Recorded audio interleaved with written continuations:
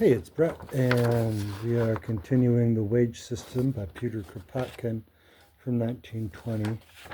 And I'll jump in a couple paragraphs before from where we left off in the last video. Are we to be told that, for example, the £1 a day of London workwoman and the 3 Deutschmarks a day of the Auvergne peasant who binds herself over lace making represent the cost of production to these women? We are perfectly aware that they often work for even less, but we know also that they do it entirely because, thanks to our splendid social organization, they would die of hunger without these ridiculous wages. The existing scale of wages seems to us a highly complex product of taxation, government interference, monopoly, and capitalistic greed. In a word, the state in the capitalist system. In our opinion, all the theories made by economists about the scale of wages have been invented after the event to justify existing injustices. It is needless to regard them. We are, however, certain to be informed that the collectivist wage scale will, at all events, be an improvement. You must admit, we shall be told, that it will at least be better to have a class of workers paid at twice or 3 times the ordinary rate than to have the Rothschilds who put into their pockets in one day more than a workman can in a year. It will be a step towards equality. To us, it seems a step away from it. To introduce into a socialist society the distinction between ordinary and professional labor would be to sanction the revolution and erect into a principle a brutal fact, to which we merely submit today, considering it all the while as unjust. It would be acting after the manner of those gentlemen of the 4th of August, 1789, who proclaimed in high-sounding phraseology the abolition of feudal rights, and on the 8th of August sanctioned these very rights by imposing upon the peasants the dues by which they were to be redeemed from nobles. Or, again, like the Russian government at the time of the emancipation of the serfs, where it proclaimed that the land henceforth belonged to the nobility, whereas previously it was considered an abuse of that land, which belonged to the peasants, should be bought and sold by private persons. Or, to take a better known example, when the Commune of 1871 decided to pay the members of the communal council £12, 6 12s60 a day. I don't know what that is, honestly. Whilst the National Guards on the rampart had only 1s3d, certain persons applauded this decision as an act of democratic equality, but in reality the Commune did nothing thereby but sanction the ancient inequality between officials and soldiers, governors and governed. For an opportunist parliament, such a decision must have seemed splendid, but the Commune found it a negation of its own principles. The Commune was false to its own revolutionary principle, and by that very fact condemned it. In the present state of society, when we see cabinet ministers paying themselves thousands a year, whilst the working man has to content himself with less than 100, when we see the foreman paid twice or 3 times as much as the ordinary hand, and when amongst the workers themselves there are all sorts of gradations from 7s or 8s a day down to the penny of the seamstress, we disapprove the large salary of the minister, and also the difference between the artisan's 8 shillings and the seamstress's 3 pence, and we say, let us have done with these privileges of education as well as of birth. We are anarchists, just as such privileges disgust us. How can we then raise these privileges into a principle? How can we proclaim that privileges of education are to be the basis of an equal society without striking a blow at that very society? What is submitted today will be submitted to no longer in society based on equality. The general above the soldier, the rich engineer above the workman, the doctor above the nurse, already disgust us. Can we suffer them in a society which starts by proclaiming equality? Evidently not. The popular conscience, inspired by the idea of equality, will revolt against such an injustice. It will not tolerate it. It is not worthwhile to make the attempt. That is why certain collectivists, understanding the impossibility of maintaining a scale of wages in a society inspired by the influences of the revolution, zealously advocate equality in wages, but they only stumble against the fresh difficulties, and their equality of wages becomes a utopia as incapable of realization as the wage scale of the others. A society that has seized upon all social wealth and has plainly announced that all have a right to this wealth, whatever may be the part they have taken in creating it in the past, will be obliged to give up all deal of wages, either in money or in labor notes. Part 4: Equal Wages versus Communism. To each according to his deeds, say the collectivists, or rather according to his share of service rendered to society. And this is the principle they recommend as the basis of economic organization, after the revolution shall have made all the instruments of labor and all that is necessary for production common property. Well, if the social revolution should be so unfortunate as to proclaim this principle, it would be stemming the tide of human progress. It would be leaving unsolved the huge social problem cast by past centuries upon our shoulders. It is true that in such a society as ours, where the more a man works, the less he is paid, this principle may seem, at first sight, all aspiration toward justice. But at the bottom of it, the consecration of past injustice is there. It is with this principle that the wage system started, to end where it is today, in crying inequalities and all the abominations of the present state of things. And it is ended thus because, from the day on which society began to value services and the money or any other sort of wages, from the day on which it was said that each should have only what he could succeed in getting paid for his work, the whole history of capitalism, the state aiding therein, was written beforehand. Its germ was enclosed in this principle. Must we then return to our point of departure and pass once more through the same process of capitalist evolution? These theorists seem to desire it, but happily it is impossible. The revolution will become unistic, or it will be drowned in blood, and must be begun all over again. Service rendered to society, be it labor in factory or field, or moral service, cannot be valued in monetary units. There cannot be an exact measure of its value, either of what has been improperly called its value in exchange, or of its value in use. If we see two individuals, both working for years, for 5 hours a day, for the community, at two different occupations equally pleasing to them, we can say that, taken all in all, their labors are roughly equivalent, but their work could not be broken up into fractions, so that the product of each day, each hour, or each minute of the labor of one should be worth the produce of each minute and each hour of that of the other. Broadly speaking, we can say that a man who during his whole life deprives himself of leisure for 10 hours daily has given much more to society than he who has deprived himself of but 5 hours a day, or has not deprived himself of any leisure at all. But we cannot take what one man has done during any 2 hours and say this is the produce is worth exactly twice as much as the produce of 1 hour's work from another individual, and reward each proportionately.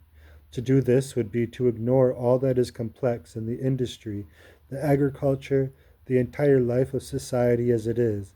It would be to ignore the extent to which all individual work is the outcome of the former and present laborers of society as a whole. It would be to fancy oneself in the Stone Age when we are living in the age of steel. going into the coal mine and seeing the man stationed at the huge machine that hoists and lowers the cage. In his hand, he holds a lever whereby, to check or reverse the action of the machinery, he lowers the handle, and in a second the cage changes the direction of its giddy rush up or down point the cage has reached. No sooner does it reach the given level than its gentlest pressure, it stops dead short, not a foot above or below the required place, and scarcely are the full trucks discharged or the empties loaded before, at touch to the handle, the cage is again swinging up or down the shaft. For 8 or 10 hours at a time, he thus concentrates his attention. Let his brain relax but for an instant, and the cage would fly up and shatter the wheels, break the rope, and crush the men, bringing all of the work of the mind to a standstill. Let him lose 3 seconds upon each reverse of the lever, and in a mine with all modern improvements, the output will be reduced from 20 to 50 tons a day. Uh, will be reduced by from 20 to 50 tons a day. Well, it is he who renders the greatest service. Is it he who renders the greatest service in the mine, or is it perhaps that boy who rings from below to signal for the mounting of the cage? Is it the miner who risks his life every moment in the depths of the mine and will end up one day being killed by fire damp? Or again, the engineer who would lose the coal seam, and set men hewing back bare rock if he barely made a mistake in the addition of his calculations? Or finally, is it the owner who has put all his patrimony into the concern and who perhaps has said, in opposition to all previous anticipations, "Dig there, you will find excellent coal"? All the workers engaged in the mine contribute to raising the coal in proportion to their strength, their energy, their knowledge, their intelligence, and their skill.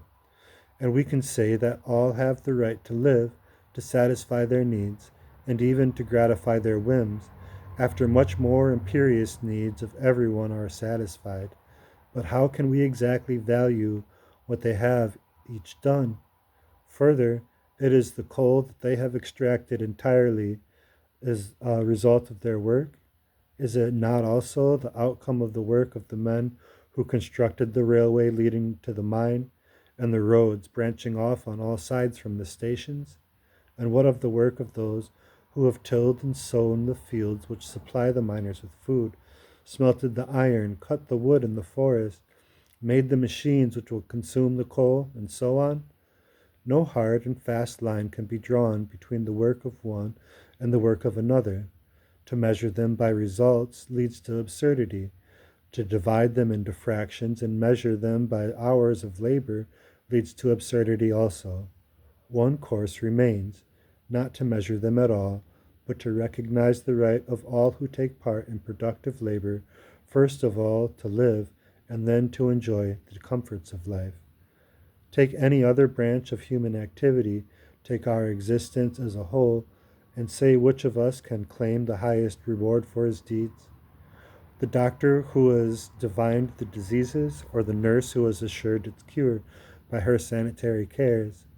The inventor of the first steam engine, or the boy who one day, tired of pulling the cord which formerly served to open the valve admitting the steam beneath the piston, tied his cord to the lever of the machine and went to play with his companions, without imagining he had invented the mechanism essential to all machinery, the automatic valve. The inventor of the locomotive, or that Newcastle workman who suggested that wooden sleepers should take the place of the stones which were formerly put under the rails and threw trains off the line by their want of elasticity. The driver of the locomotive, or the signal man who stops the train or opens the way for it? To whom do we owe the transatlantic cable? The engineer who persisted in declaring that the cable would transmit telegrams, whilst the learned electricians declared that it was impossible? To Maury, the scientist, who advised the disuse of thick cables and the substitution of one no bigger than a walking stick?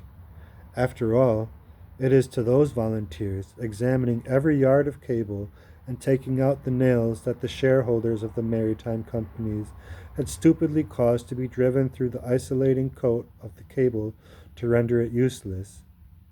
And, in a still wider field, the vast tract of human life, with its joys, its sorrows, and its varied incidents, cannot each of us mention someone who during his life has rendered him some service so great, so important, that if we were proposed to value it in money, he would be filled with indignation?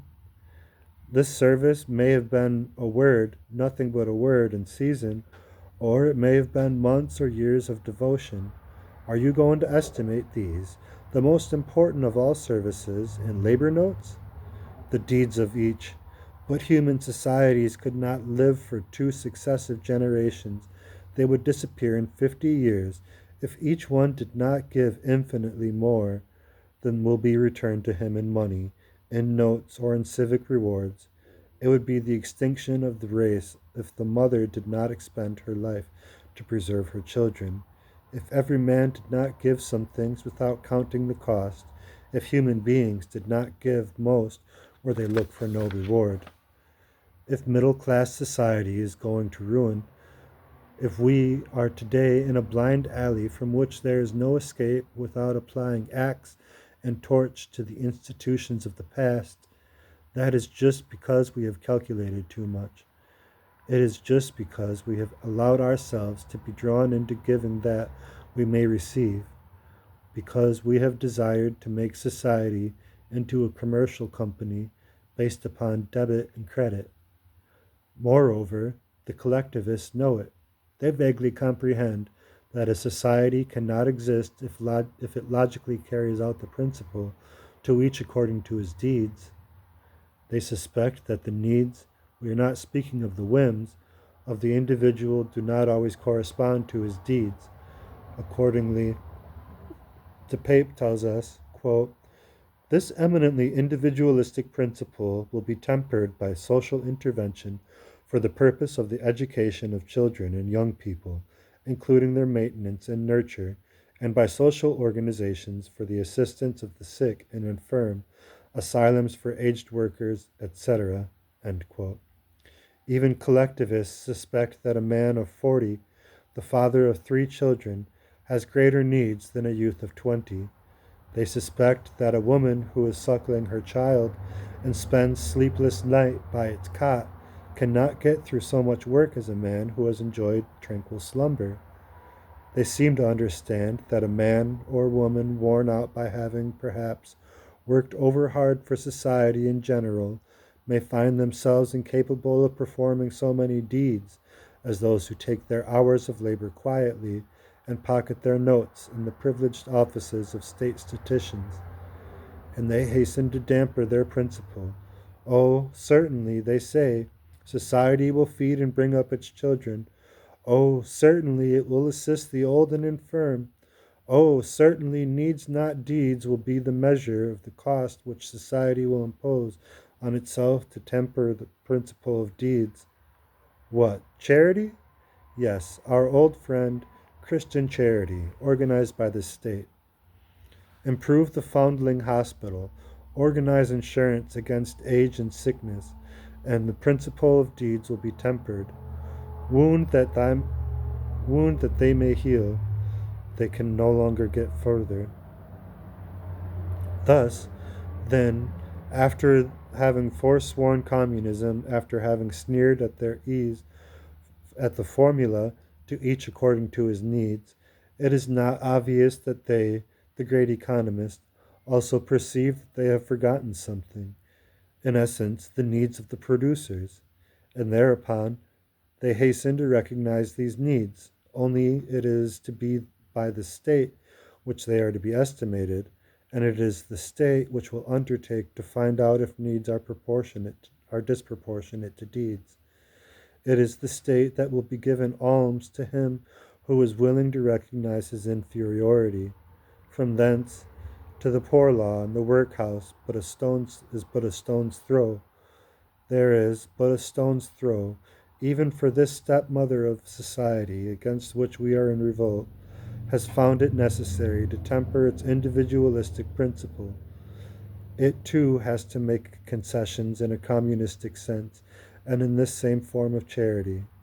It also distributes halfpenny dinners to prevent the pillage of its shops.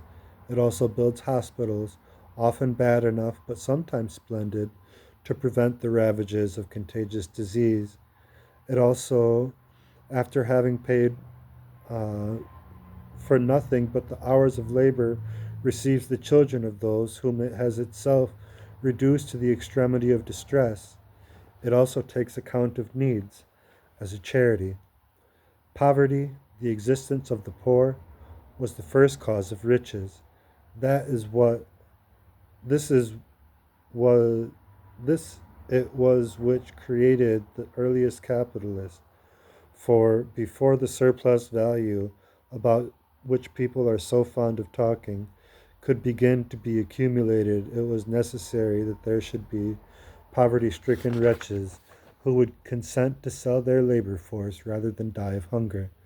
It is poverty that has made the rich, and if poverty had advanced by such rapid strides by the end of the Middle Ages, it was chiefly because the invasions and wars, the creations of states and the development of their authority, the wealth gained by exploitation in the East, and many other causes of a like nature, broke the bonds which once united agrarian and urban communities, and led them, in place of the solidarity which they once practiced, to adopt the principle of the wage system.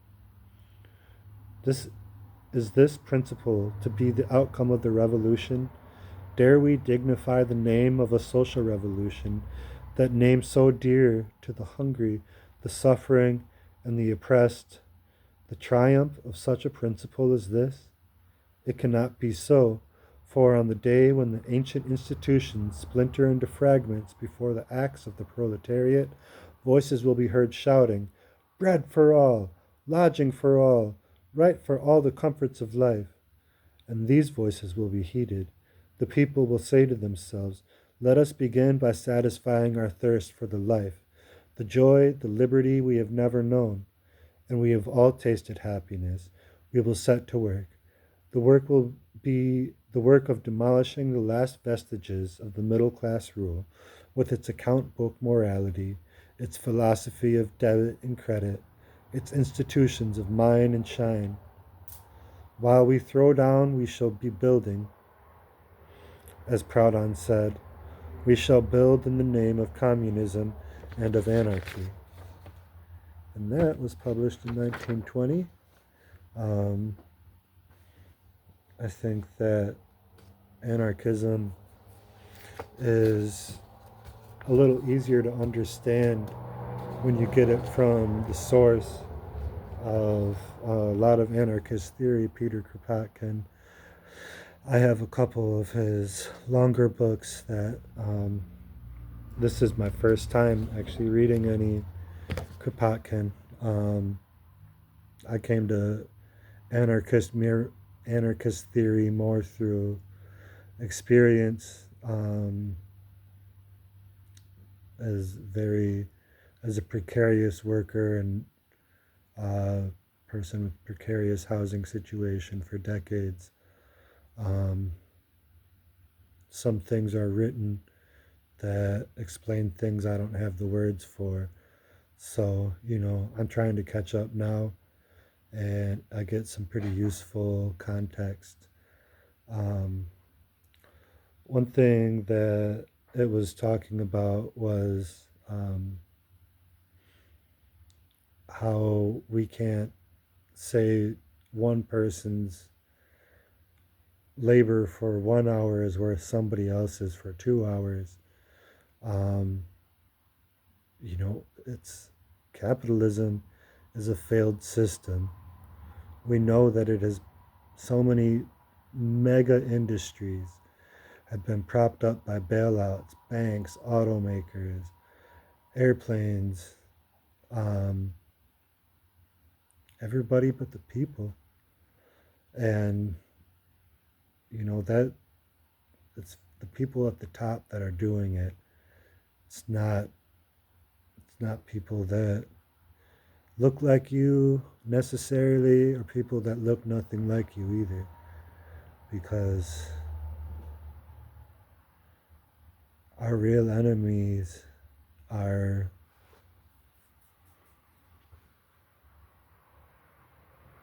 just hidden behind all these empty empty numbers in bank accounts. Like, what is 2 billion?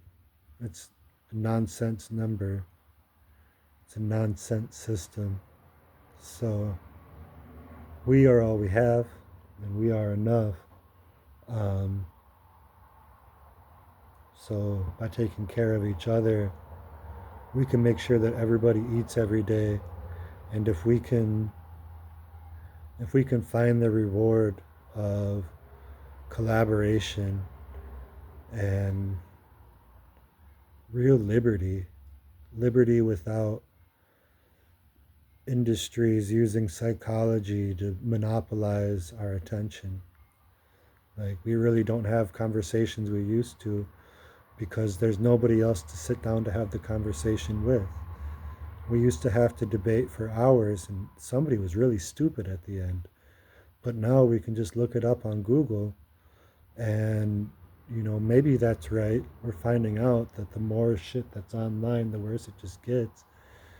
The AI models are just getting worse and worse and crazier, and it's stupid capitalist ideas like that